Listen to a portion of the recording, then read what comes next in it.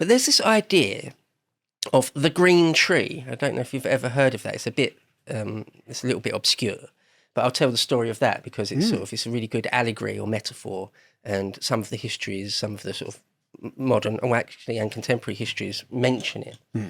And what it is, it's a story from the days of Edward the Confessor. It may or may not be true, but they thought it was true at the time, so that's good enough. Yeah. Where apparently when Edward the Confessor, Saint Edward, was on his deathbed, apparently he awoke from some sort of fever dream and said, I've had this dream where a couple of old monks from my childhood came to me and said, after your death, in the next generation, after you, Edward the Confessor, dies, England will be absolutely ravaged by war.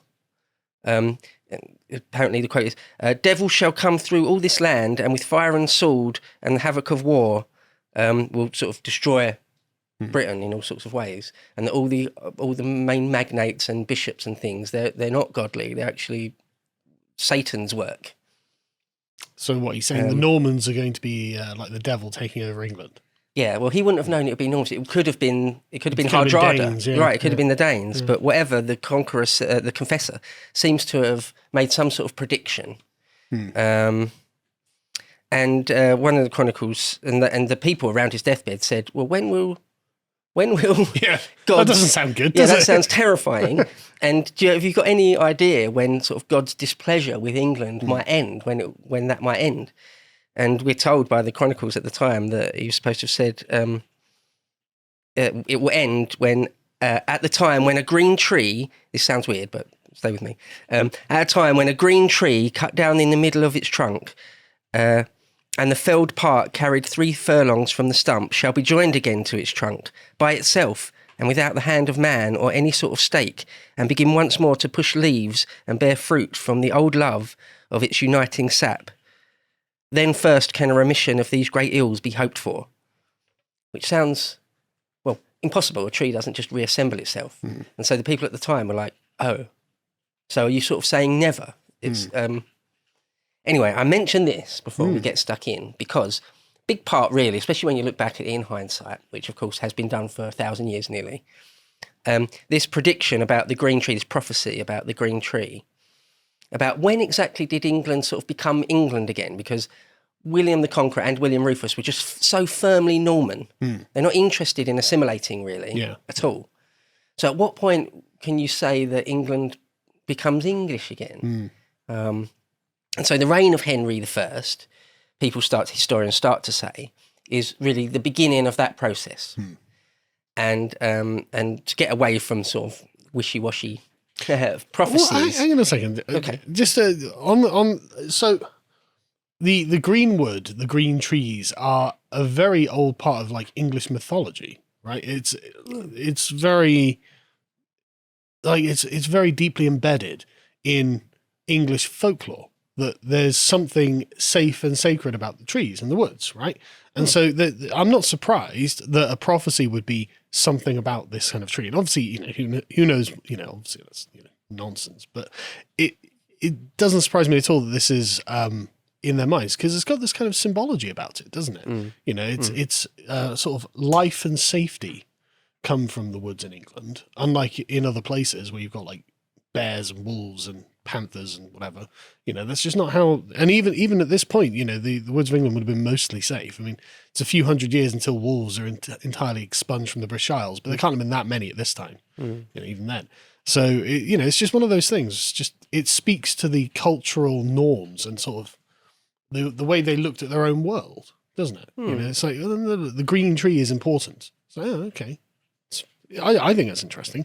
Yeah, sort of leaves and fruits of the trees and sort of the green verdantness of the weald all speaks of life and rejuvenation and all that sort of thing. Yeah, because there's a sort of weird effect that when you're in a forest and it's quiet, then there's a predator around, right? And that's this, the birds all go quiet.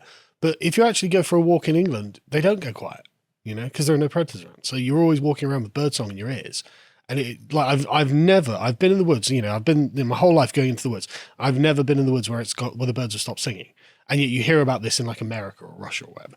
And so it's just like, okay, that's interesting, I think, And so like, it just speaks to me on a kind of, mythological level, where he's like, oh, the green tree has significance. So yeah, I feel that it does. I don't know what it means. And don't get me wrong, I don't think it's going to suddenly magically rejoin itself or anything, but I can see why that was the focus of the mythology rather than, some like thing from the Middle East where it's out in the desert or something like this. I was going to say a forest or a wood is sort of undeniably filled with life, which is very different to sort of a desolate mountainside or a desert or something, where it sort of does speak of death in some ways. Yeah, I mean, the forest itself is life, so... But just more directly, the tree in this prophecy is directly a metaphor for England. Right. That the Norman conquest has cleaved England in half. It's cut the tree down. The tree of England has been cut down. When, if ever, will it start growing again or regrow itself or reconnect itself, all these sorts of things. Yeah. Some historians say that it isn't really until the age of Henry II, which is quite a long time after this, where you can say, okay, we sort of definitely, I mean, even then some might argue, well, they're Angevins, they're actually they're still quite French in many ways. But some historians say it's really with Henry I, you start to see this, if not a complete rebirth, at leleast some sort of fusion between the Normans and the English. What's interesting? I saw, I follow a linguistics page on Facebook because I'm a nerd, and I saw like the Lord's Prayer from like 950, and it's written in Anglo-Saxon and totally unintelligible. Can't read a word of it. And then by about, I think it was 1100, it's actually mostly readable.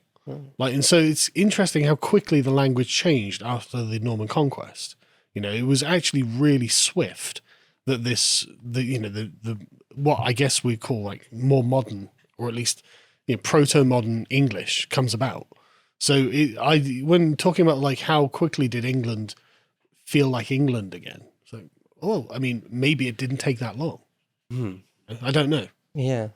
Well, we start to see in the reign of Henry I, in various ways, we've said it before a few times, haven't we, that you can either stamp peoples under your jackboot or you can try and go native. And at least to some degree, he sort of goes native. I'll get into it, but he takes effectively an English wife. Right, okay. And, that all that sort of That's thing. That's a good start, yeah. If I could read a little paragraph from Nicholas Vincent.